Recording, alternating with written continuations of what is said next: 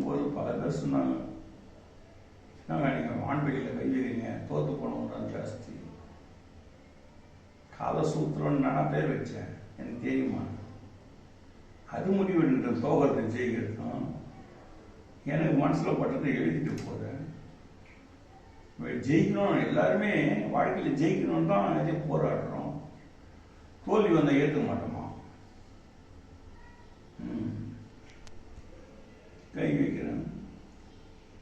பிரளயம், பிரவாகம், வக்ரம், பௌசகம், காலசோலி, கலினர்தனம், மாயா, மதி, ரூபா அப்படின்னு 8 நிலை இயக்கங்கள் வான்வெளி இயக்கத்துக்கு சொந்தமானவை. இந்த 8 நிலை இயக்கங்கள் இன்று பூமியில ஒரு சின்ன புழுபூச்சி போல.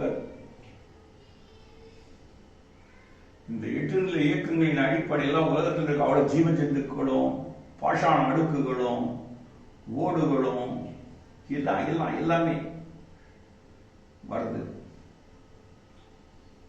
இந்த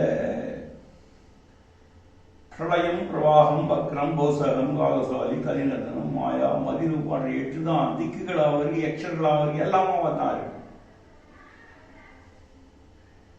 இந்த 8 நிலை இயக்கங்களை எடுத்து சொல்லி அதனுடைய தனித்தன்மைகளை விளக்குவதற்கு ஆஸ்ட்ரானமி அப்படின்னு பேரு. வானியல் சாஸ்திரம், வானியல் விஞ்ஞானம்னு அதுக்கு பேரு தமிழ்ல. 2வது ஆஸ்ட்ரோபிசிக்ஸ். இந்த 8 நிலை இயக்கங்களால் ஏற்படக்கூடிய கலப்புகள் ஒன்று சேர்ந்து இந்த தேகத்தை ஆணாக பெண்ணாக அலியாக, ஆணில் பெண்ணாக பெண்ணில் ஆணாக, ஆணில் அலியாக பெண்ணில் அலியாக, அர்த்தநாரியாக பிரணகலையாக உருவகப்படுத்துது.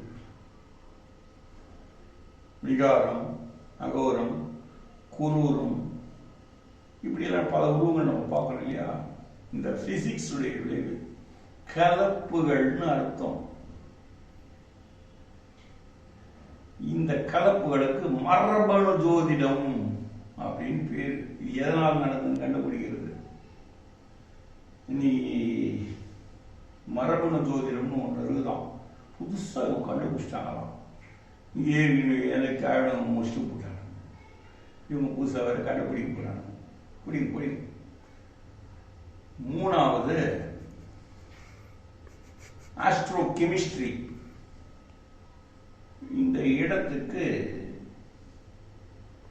ரசாயன கலப்புகளால் மனித இனம் படைக்கப்பட்ட விதம், அது இயங்கும் நிலை, அவருடைய குணாம்சங்கள் எப்படியெல்லாம் வரும்ன்றது எடுத்து சொல்றது மரபியல் ஜோதிடம். மரபியல் ஜோதிடம் அதுதான் பேரு. நம்ம கூட சமீப காலத்தில் மரபியல் ஜோதிடம்னு ஒன்று ஆரம்பிச்சோம். இடையில ஏற்பட்ட சில தடைகளால தொடர்ந்து வெளிப்படுத்த முடியல, ஸ்விட்ச் அவுட் ஆகல. அதுக்கப்புறம் காமன் இது பூமியில வந்து இறங்கி போச்சு. மதியின் ரூபமும் இப்போ வேலை செய்யுது, மாயையும்.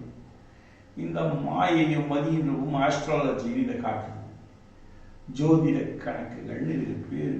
12 இடங்களில் ஜோதியின் இடம் 12 நிலைகளில் செயல்பட இன்னைக்கு போர் அடிச்சு போச்சு போகிறது அஸ்ட்ராலஜி. அதனால மரபணு ஜோதிடத்துக்கு வட்டாங்க. திரும்பி சொல்றேன், 4 நிலை இயக்கங்கள், 8 நிலை பிரிவுகள், பிரளயம், பிரவாகம், வக்ரம், பௌசகம், காலசாலி, கலினதனம், மாயா, மதிரூப போன்ற 8 நிலை இயக்கங்களும் ஆஸ்ட்ரானமி என்கிற வானியல் விஞ்ஞானமாக, ஆஸ்ட்ரோபிசிக்ஸ் அப்படின்னு சொல்ற கலப்புகளாக, மரபணுவாக, ஆஸ்ட்ரோ கெமிஸ்ட்ரி அப்படின்னு சொல்லக்கூடிய ரசாயனங்களாக, ஆஸ்ட்ராலஜி என்கிற ஜோதியின் இட கணக்குகளாக செயல்புரிகிறது. இதுதான் மேட்ரு. இது எப்படியெல்லாம் நம்ம மாற்றி அமைக்கலான்றது தான் மூலிகை மருத்துவங்களும் மந்திரங்களின் சாதனைகளும் எடுத்துக்கொடுக்குது நமக்கு. அதனால்தான் கடவுள் உண்டா இல்லையா? கடவுள் இல்லாததுல நீ பொருள நான் பொருள கடவுள்ல தான் பொருளும், கடவுள்ல தான் வாழ்ற, கடவுள்ல தான் குன்றும், கடவுள்ல தான் போக போறோம். மறுப்பு இல்லை.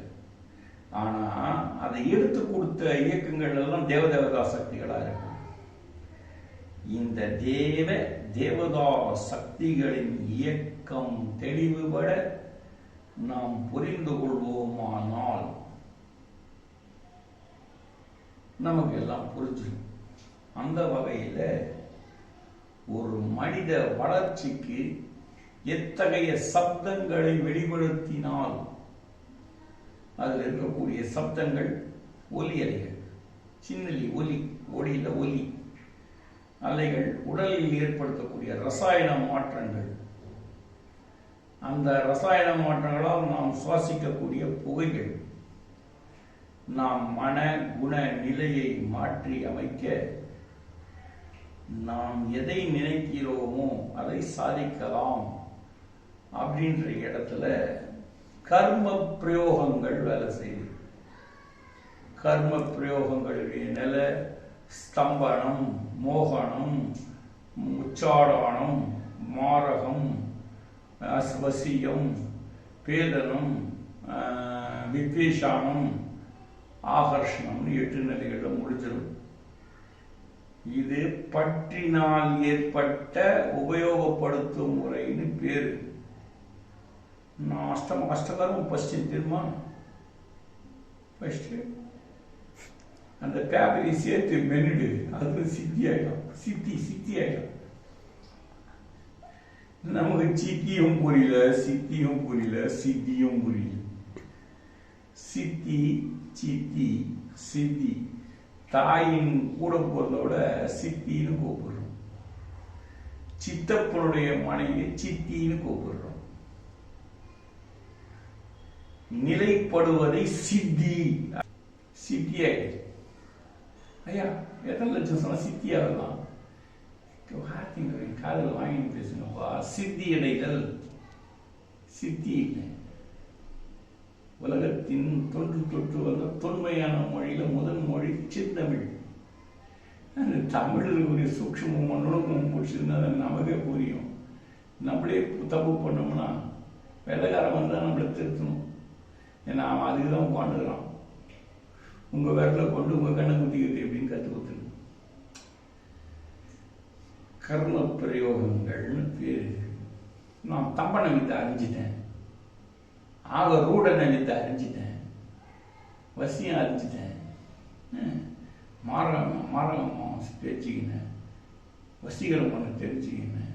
அப்புறம் பேதனம், வித்வேட்டானம், ஆக ரூடனும் தம்பனும். நல்லா நல்லா தொடர்ந்து தொடர்ந்து தொடர்ந்து தமிழ் வாழ்க. ஒன்றை நான் கொல்லும் போது நானும் கொல்லப்படுகிறேன்,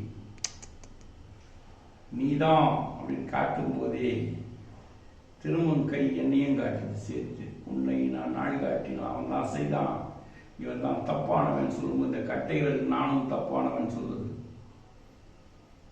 இரட்டை வீரல் சூக்ஷம் இது. ஒரு விரல் புரட்சி, ஒரு நித்திய ஒரு உபதேசம், 2 விரல் புரட்சி. இப்படி காட்டும் போது அவன் தப்பு பண்ணான்னு நானும் தப்பு பண்ணேன். இது 2 விரல் புரட்சியா இருக்குது. ஐயா அனிமாதி சித்தினா என்ன ஐயா? அனிமா மகிமா கரிமா மகிமா அனிமா மகிமா லகிமா கரிமா பிராப்தி பிரகாமி சித்துவம் வசித்துவம். இன்னும் 4 வாட்டி படிச்சுக்கோ. தொடர்ந்து தொடர்ந்து தொடர்ந்து 1000 வாட்டி படி. அதுக்கு அர்த்தம் முடிக்க கொடுத்துரும். கடவுள் போல் சிறிதாதல், மலை போல் பெருத்தல். கொஞ்சம் பெருத்து காட்டு மலை மாதிரி, கடுகு மாதிரி. கடுகுன்னா அணுன்னு அணு போய் கொஞ்சம் சின்னதை காட்டு பார்க்கலாம். உனக்கு எவன் இதை சொல்லி கொடுக்கலாம்னா ஆண்ணனை பார்க்கலாம். அந்த சித்தர்கள் நீ பார்த்தியா? நான் பார்க்கல. சொன்னாங்க ஐயா, சொல்கிறேன், ஏதோ ஒன்று சொல்கிறேன். சொல்கிறதுக்கு 1000 பேர் இருக்கும். கேட்டுக்கிட்டு தான் நமக்கு ஒரு தெளிவு வேணும். தெரியாத போச்சுன்னா சோற்றிலடித்த பிண்டங்களாய் சோற்றில் சொக்கலிங்கத்தை காணும் அற்பர்களாய் நம் வாழ்வு முடியும் என்று சொல்லி முற்றி. நன்றி, வணக்கம்.